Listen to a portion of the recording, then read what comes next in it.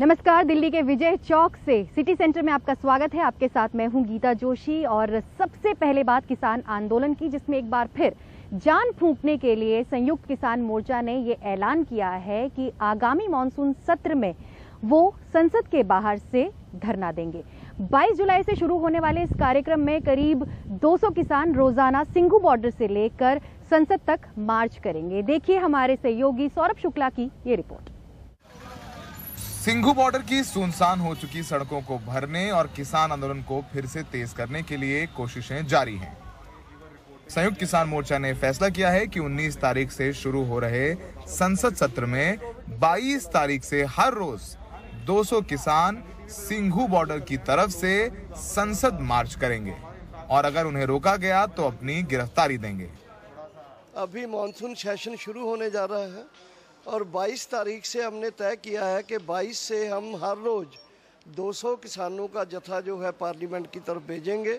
इसको हमने बोला पार्लियामेंट मार्च टुवर्ड्स पार्लियामेंट, और ये मार्च लगातार 13 अगस्त तक रहेगा, जब तक पार्लियामेंट सेशन चलेगा।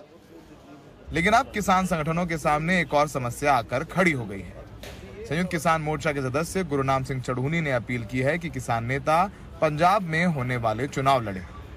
चढ़ूनी के इस बयान से किसान संगठनों ने खुद को अलग कर लिया है और चढ़ूनी को 1 हफ्ते के लिए संयुक्त किसान मोर्चा से निलंबित भी कर दिया गया है। लेकिन चढ़ूनी अपने बयान पर कायम है।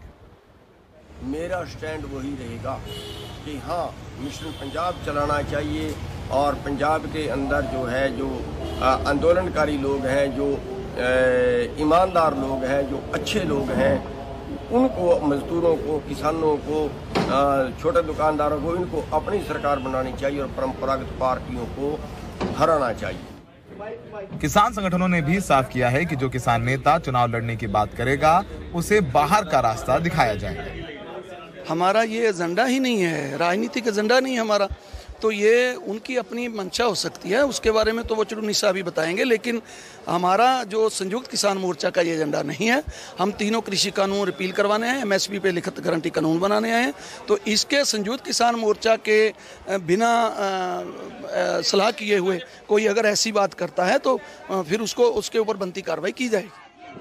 किसान संगठनों को पता है कि आंदोलन लंबा चलाना है और किसानों को एकजुट रखना है, तो बड़े कार्यक्रमों का ऐलान करना होगा। यही वजह है कि किसान संगठन संसद मार्च के कार्यक्रम को सफल बनाने के प्रयास में जुट गए हैं।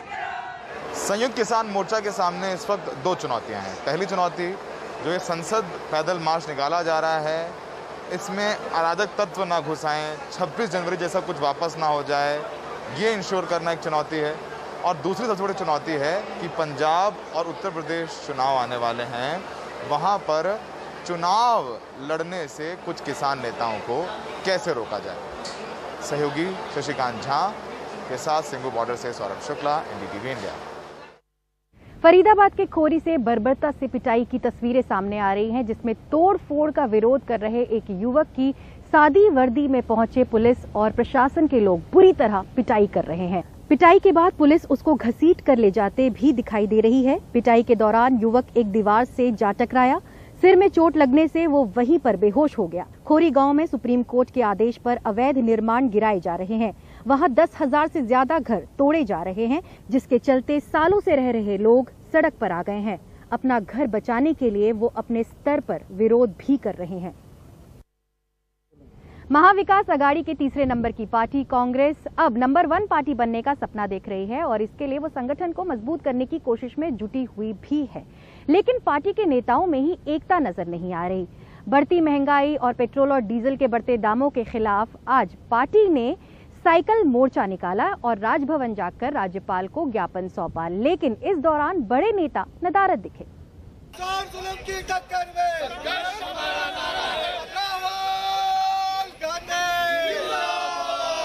पेट्रोल डीजल की बढ़ती कीमतें और अनियंत्रित महंगाई के खिलाफ कांग्रेस मुंबई और महाराष्ट्र में लगातार विरोध प्रदर्शन कर रही है। लगातार मुहिम छेड़ रखी, आंदोलन छेड़ रहा है। कभी बैलगाड़ी मोर्चा है तो कभी साइकिल मोर्चा। आज जो है कांग्रेस इस तरह की साइकिल मोर्चा निकाल रही है। ये साइकिल से यहाँ से हैंगी गार्डर होते हुए सभी कांग्रेस के बड़े नेता मंत्री राजभवन जाएंगे और राजभवन में राज्यपाल भगत सिंह कोश्यारी को अपना जो है कि निवेदन देंगे। अब तो नौबत यह आ गई देश के अंदर कि दुनिया में सबसे आगे अगर पेट्रोल और डीजल के दाम कहीं है तो हमारे देश में है। और ये खाली पेट्रोल और डीजल के दाम नहीं बढ़ रहे हैं, ये हर चीज़ के दाम बढ़ रहे हैं। इस पेट्रोल और डीजल की वजह से सब्जियों के दाम बढ़ेंगे, सारे ग्रेन्स के दाम बढ़ेंगे, तो किस तरीके से सर्वाइव किए, आज सबसे बड़ी समस्या ये है। और मोदी सरकार को कुछ पड़ी ही नहीं है कि क्या किया जाए, उनको तो बस उनके अहंकार के आगे दुनिया की सोच नहीं है। पार्टी को लगता है कि आम जनता से जुड़े इस मुद्दे को उठाने से पार्टी का आधार बढ़ेगा और संगठन मजबूत होगा, लेकिन मोर्चे में कई बड़े नेता पहुंचे ही नहीं। बहुत सारे मंत्री, अशोक चौहान जी आज नांदेड़ में हैं, वो वहाँ पर आंदोलन कर रहे हैं। बहुत सारे दूसरे मंत्री अलग अलग जिलों में हैं। कांग्रेस का आंदोलन पूरे महाराष्ट्र में चल रहा है। वडेट्टीवार जी भी मंत्री हैं, कोई अहम मीटिंग रही होगी। बाकी सभी नेता कांग्रेस के सीएलपी के लीडर मौजूद थे, सारे मंत्री 7 से 8 मंत्री मौजूद थे। इस बीच अपनी पार्टी को राज्य में नंबर 1 बनाने में जुटे नाना पटोले ने शरद पवार के हाथ में महाविकास आघाड़ी सरकार का रिमोट होने की बात कहकर सबको हैरान कर दिया। महाविकास आघाड़ी सरकार बनाने में शरद पवार जी का बड़ा रोल है और आज मुख्यमंत्री जी हो, बाला साहब जी हो, अजीत दादा हो, तीनों जो चेहरे हैं ये सरकार के, तीनों को मार्गदर्शन आदरणीय शरद पवार जी करते हैं और उनके ही मार्गदर्शन से सरकार चल रही है, इसलिए वो रिमोट कंट्रोल है। इस बीच खबर है कि कांग्रेस अपने कुछ मंत्रियों के कामकाज से खुश नहीं है, इसलिए उनके कामों की समीक्षा की जा रही है और जल्द ही कुछ मंत्री बदले भी जा सकते हैं। चर्चा तो ये भी है कि खुद नाना पटोले नए मंत्री बन सकते हैं। मुंबई से कैमरामैन प्रवीण रोहित से सुनील सिंह, NDTV इंडिया के लिए। और अब बात कांवड़ यात्रा की। उत्तर प्रदेश सरकार ने साफ कह दिया है कि वो कांवड़ यात्रा रद्द नहीं कर रही, लेकिन उत्तराखंड सरकार भी अपने फैसले पर अडिग है। उसने कहा है कि वो कांवड़ियों को हरिद्वार में प्रवेश नहीं करने देगी। अब इसको लेकर राजनीति गर्मा गई है। देखिए अक्षय डोंगरे की ये रिपोर्ट। क्या इस साल ये कांवड़िए हरिद्वार के बजाय दिल्ली से 90 किलोमीटर दूर गढ़मुक्तेश्वर में नजर आएंगे? इस सालाना परंपरा में कांवड़िए पैदल ही जाकर गंगा से गंगा जल लाते हैं और अपने घर लौटकर शिवलिंग पर चढ़ाते हैं। उत्तर प्रदेश सरकार का कहना है कि वो कांवड़ यात्रा को रद्द नहीं कर रही है। उत्तराखंड सरकार अपने इस फैसले पर अडिग है कि कांवड़ियों को हरिद्वार में नहीं घुसने दिया जाएगा। हमने जो है सभी की जान माल की सुरक्षा को प्राथमिकता पर लेते हुए पहले ही जो है कांवड़ यात्रा को इस बार हमने नहीं किया है। इस वर्ष कांवड़ मेले को स्थगित करने का निर्णय लिया गया है और हमें राज्य सरकार के इस निर्णय को लागू कराना है। इसके बावजूद भी अगर लोग आते हैं तो हम बहुत कठोर कदम उठाएंगे और एनफोर्समेंट की तगड़ी कार्रवाई करेंगे। हमने अपने राज्य पुलिस एवं पीएसी के अलावा RAF की मांग की है। चूंकि उत्तर प्रदेश सरकार ने कांवड़ पर रोक नहीं लगाई है, इसलिए उत्तर प्रदेश, दिल्ली और हरियाणा के लाखों कांवड़िए इस बार गढ़मुक्तेश्वर से गंगा जल ला सकते हैं। ये सब भीड़भाड़ को लेकर प्रधानमंत्री मोदी की चेतावनी के बावजूद होगा। कोरोना के दौरान कांवड़ यात्रा को लेकर सुप्रीम कोर्ट ने उत्तर प्रदेश सरकार और केंद्र को नोटिस भी जारी किया हुआ है।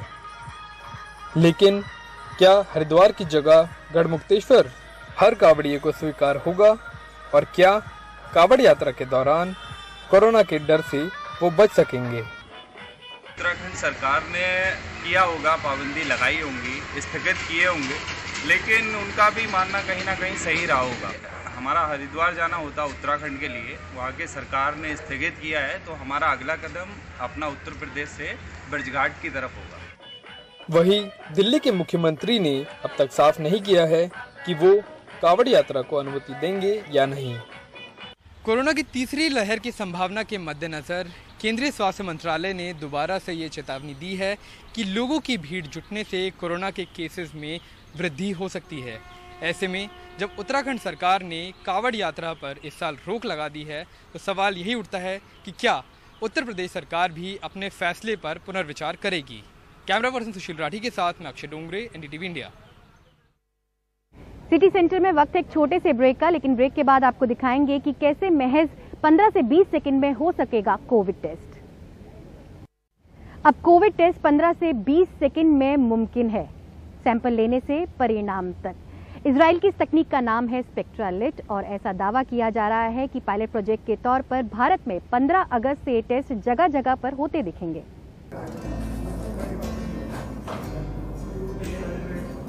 थोड़ा सा सलाइन वाटर और कुछ वक्त तक गरारे, इसके बाद वापस इसको कंटेनर में डाला जाता है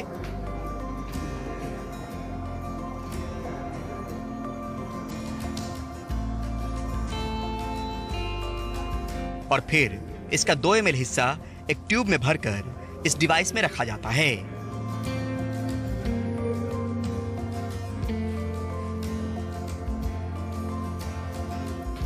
आर्टिफिशियल इंटेलिजेंस के जरिए कोरोना का परिणाम महज 15 से 20 सेकंड के भीतर कंप्यूटर स्क्रीन पर। इस इंस्टेंट कोविड टेस्ट तकनीक वाली इजरायली कंपनी के साथ भारत के मेडी सर्किल ने टाई अप किया है। क्यूवेट के अंदर वो सैंपल भर देते हैं। क्यूवेट अगर आपने जो देखा वो स्क्वायर कलर का जो डिवाइस था, which is a completely transparent device, वो डिवाइस के अंदर सैंपल डाला, हमने मशीन के अंदर डाला, वहां पे हमने लैपटॉप पे बैठ के टेस्ट को रन करा। जैसे ही टेस्ट को रन करा, वहां से फोटो स्पेक्ट्रोमेट्री की एक लाइट निकलती है वो डिवाइस में से, जो वो सैंपल को पूरा स्कैन करती है। Based on that scanning it tells us whether the patient has कोविड-19 और नॉट। स्पेक्ट्रालिट टेस्ट के लिए महज 2 लोगों की जरूरत होती है, एक सैंपल लेने वाला और दूसरा लैपटॉप सिस्टम को कमांड देने वाला। इस टेस्ट को यूरोपियन CEIVD की मान्यता है, यानी देश में ICMR से अप्रूवल की कोई जरूरत नहीं। इसकी कीमत 500 रुपए से कम होगी। इसमें रीएजेंट की जरूरत नहीं। इसकी सेंसिटिविटी 95% और स्पेसिफिसिटी 93% है। ये टेस्ट RT-PCR के बराबर है। नीति आयोग में डेमो किया जा चुका है। अब तैयारी नागरिक उड्डयन मंत्रालय, गृह मंत्रालय और DRDO के सामने इसकी डेमो की है। इसमें खासियत अगर बताएं संक्षेप में, इसकी खासियत क्या क्या है? एक तरीके से वेरिएंट्स को ये डिटेक्ट कर सकता है, चाहे वो कोई भी वेरिएंट हो। यूरोप के 120 एयरपोर्ट्स पे ऑलरेडी इसकी ये टेस्टिंग चल रही है। इसके अलावा किसी भी जगह कोई अगर दूसरा वेरिएंट टेस्ट हुआ है, उसकी डिटेल सर्वर पे ऑटोमेटिकली जाती है। आर्टिफिशियल इंटेलिजेंस मशीन लर्निंग के साथ इंडिया में जो भी टेस्ट कंडक्ट होंगे स्पेक्ट्रालिट के अंदर, वो मैच कर सकते हैं, उसको हम लोग उन वेरिएंट के साथ टेस्ट कर सकते हैं। दूसरा रिजल्ट 5, 10, 15 सेकेंड पूरे प्रोसेस का है। इस पूरी कहानी को समझने के लिए शब्दों से कहीं ज्यादा तस्वीरें बयां करेंगे। देखिए किस तरीके से ये टेस्ट होता है और कितनी देर में परिणाम आता है। ये सलाइन वाटर है,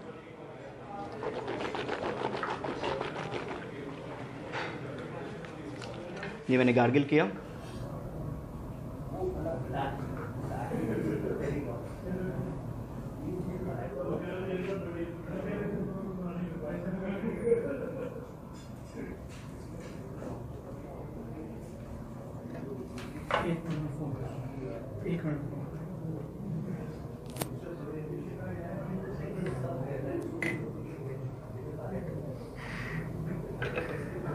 तो ये प्रोसेस शुरू हो गया है और परिणाम अभी चंद पलों में सामने में होगा।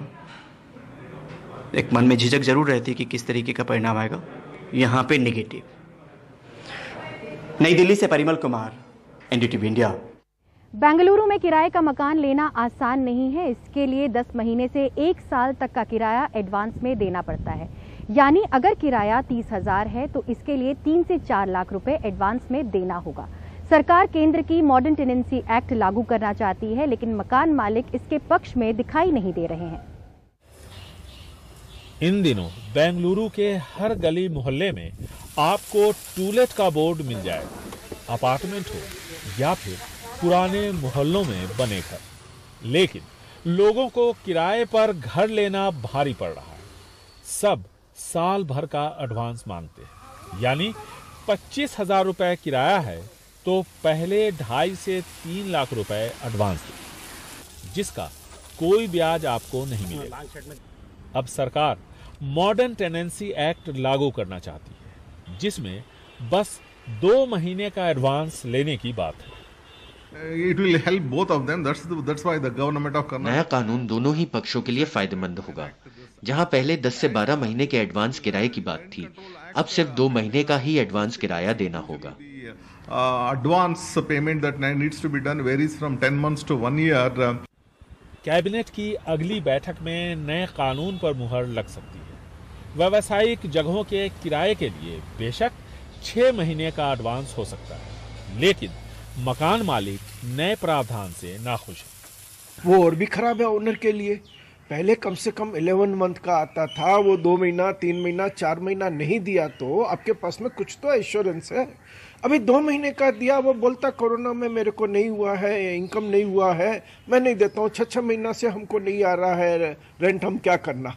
और हमारे पास में तो 2 महीने का ही एडवांस है। Can I go to the police, can I go to the court and fight for that? 10 से 12 महीने का किराया एडवांस में, यानी बेंगलुरु में अगर आप किराएदार के तौर पर रहना चाहते हैं तो भी आपके पास एक मोटी रकम होनी चाहिए। ऐसे में तमाम विरोधों के बावजूद अगर सरकार इस कानून में संशोधन करने में सफल होती है तो निश्चित तौर पर आम लोगों को इससे काफी राहत मिलेगी। बेंगलुरु से कैमरामैन गोविंद मूर्ति के साथ निहाल खिदवई, एनडीटीवी इंडिया। दिल्ली के बीकानेर हाउस में प्रियंका गांधी के बेटे रेहान वाड्रा की फोटो प्रदर्शनी चल रही है। ये रेहान की पहली फोटो प्रदर्शनी है। रेहान कुछ साल पहले एक हादसे का शिकार हो गए थे और इसे भी उन्होंने अपनी कला से जोड़ा। 17 जुलाई तक चलने वाली ये रेहान की पहली प्रदर्शनी है।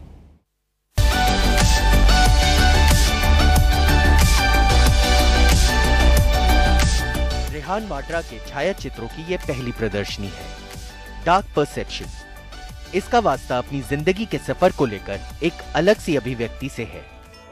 2017 में एक स्कूली क्रिकेट मैच के दौरान रेहान की एक आंख चोट लगने से चली गई। रेहान ने इस हादसे के बीच अपनी कला की अभिव्यक्ति निकाली, रोशनी और अंधेरे के अनुभव को रचा, देखा कि इसका क्या प्रभाव पड़ता है। After 2017, my photography 2017 के बाद मेरी तस्वीरों से रंग उड़ गया और वो ब्लैक एंड व्हाइट हो गई। इससे पहले मैं ब्लैक एंड व्हाइट तस्वीरें नहीं खींचता था। जब आप अंधेरे कमरे या डार्क रूम में जाते हैं तो आपको कुछ पता नहीं होता कि आपका सामना किससे होगा। आपकी कल्पना आजाद होती है, आप कुछ सोच के जाते हैं, मेरी सोच कुछ और होती है। तीसरा शख्स बिल्कुल अलग सोच रहा होगा, यानी आपकी कल्पना पर बंदिशें नहीं है। और इस प्रदर्शनी के जरिए यही दिखाना मेरा मकसद है। doing photography for maybe now. वैसे फोटोग्राफी रेहान की बचपन की हॉबी रही। माँ प्रियंका गांधी ने इसे बढ़ावा दिया था। रेहान कहते हैं कि वही इनकी सबसे तीखी आलोचक भी रही। रेहान के नाना राजीव गांधी को भी फोटोग्राफी पसंद थी और रेहान अब उनके काम को देख और पसंद कर रहे हैं।